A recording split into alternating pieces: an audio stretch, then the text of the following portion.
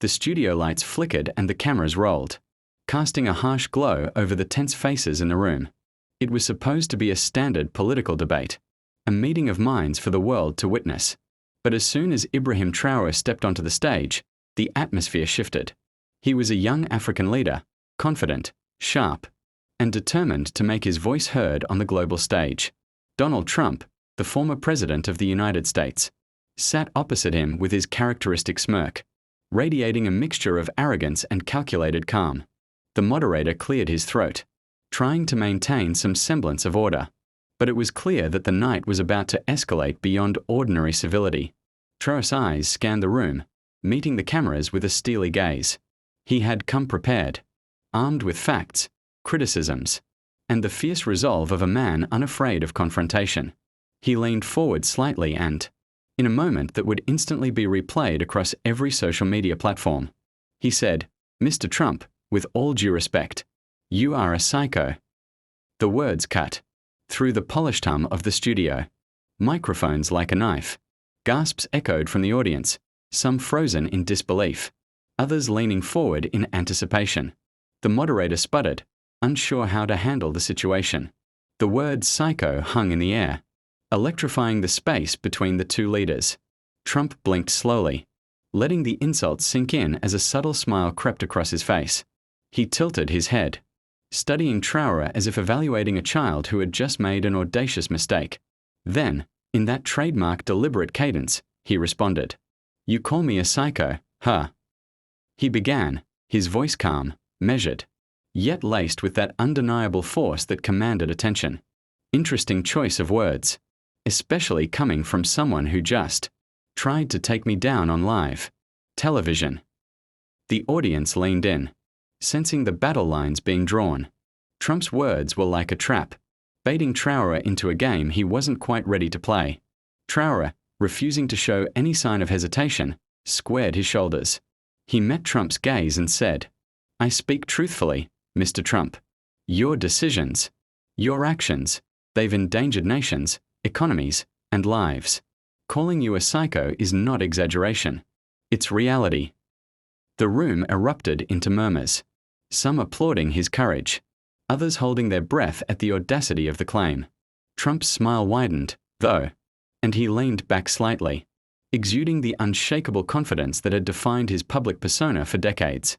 "And yet," Trump said, his tone slipping effortlessly between amusement and menace, "here you are, standing on this stage, trying to take me down with words.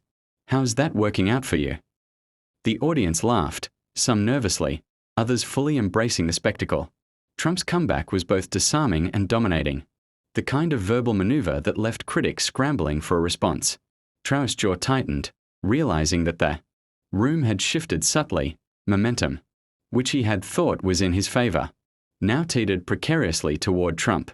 Traoré tried to regain the upper hand.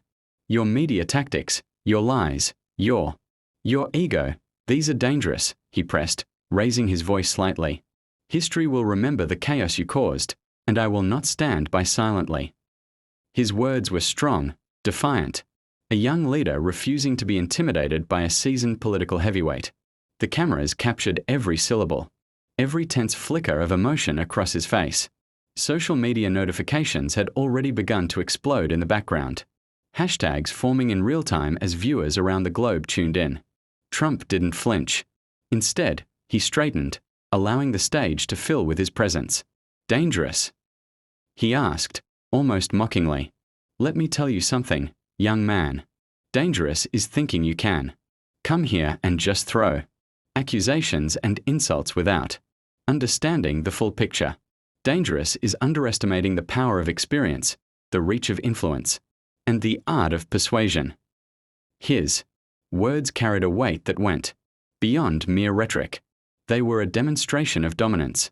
The audience's energy shifted again, some now clearly rooting for Trump, others in stunned silence at the raw intensity of the exchange. Then came the moment that would become iconic. Trump leaned forward, pointing a finger with the precision of a chess master sealing a move. "You call me a psycho, but look at yourself right now. You think courage is yelling insults on live television? No, real courage is leading your people to prosperity. making tough choices under pressure, and standing accountable when the world is watching. So tell me, young man, how many millions follow your every decision? How many have put their faith in your leadership? Or is it just words that sound bold on a microphone? His voice was sharp, unyielding, a blade cutting through the bravado Traoré had been projecting. The young leader faltered for the first time, sensing the trap that had closed around him. He opened his mouth, searching for a response, but the words stuck somewhere between defiance and doubt. Trump continued, relentless in his onslaught yet calm as ever. You wanted to call me a psycho to shock the world, but the world is watching you now. The question isn't what I am. It's whether you can truly handle the weight of your own words. Are you a leader, or just a man who wanted to score a headline? Traoré's hands tightened into fists at his sides. Sweat glistened on his brow under the harsh studio lights, his heart pounding in his chest. He had expected a verbal exchange, yes, but nothing on this level of strategic dismantling. Every audience reaction, every subtle nod and whisper seemed to underscore his growing unease. Meanwhile, Trump leaned back with that unmistakable smirk, knowing full well that he had gained control of the narrative. The cameras captured it all, every subtle shift in posture and expression, preserving the moment for posterity and the merciless scrutiny of the internet. Seconds stretched like hours. Traoré's defiance began to waver as he realized the consequences of his words in real time. The insult that had once felt like empowerment now echoed back at him with a sting of regret. Trump, sensing the turning point, struck with a final, devastating line. You can call me anything you want. But remember this, I won millions of votes, built global influence, and survived battles you haven't even seen yet. And here you are, young man, trying to define me with one word. That's not leadership. That's panic. The studio erupted. Some cheered, some gasped, but the sentiment was clear. Trump had regained the upper hand with a combination of strategy, charisma, and sheer audacity. Traoré, caught in the spotlight of his own miscalculation, felt the weight of regret pressing down. He realized in that moment that power wasn't just about words. It was about understanding context, perception, and the psychology of every move made in the theater of politics.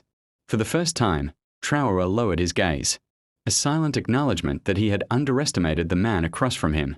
The audience's applause was deafening, not just for Trump, but for the spectacle itself, a reminder of how quickly dynamics could shift. On the public stage, social media erupted instantaneously, clips going viral with captions highlighting the savage comeback and Trump shuts down. Young African leader. Analysts and commentators dissected every syllable, replaying the exchange hundreds of times for nuance, tone, and implication. Trump, ever the showman, took a moment to bask in the outcome. His final words were delivered with perfect timing, piercing and indelible. Call me what you want. Psycho, anything. But the world sees results. And the world will remember who stands tall when the cameras are rolling. Think carefully before throwing stones in a glasshouse. Young man. The crowd roared, and the live broadcast became an instant historical footnote in political confrontation fiction, a clash of audacity and experience, courage and calculation, youth and seasoned strategy. Traoré remained on stage, a mixture of pride and chagrin flickering across his features. He had tried to assert himself, to challenge a titan of media and politics, and he had learned a lesson in real time. Words alone could not topple someone who had mastered influence, perception, and the art of response. The cameras kept rolling, capturing the final moments of a debate that would be replayed endlessly. A moment of dramatic tension, wit, and strategic brilliance. As the broadcast concluded, the audience filed out, buzzing with conversations, debates, and analysis.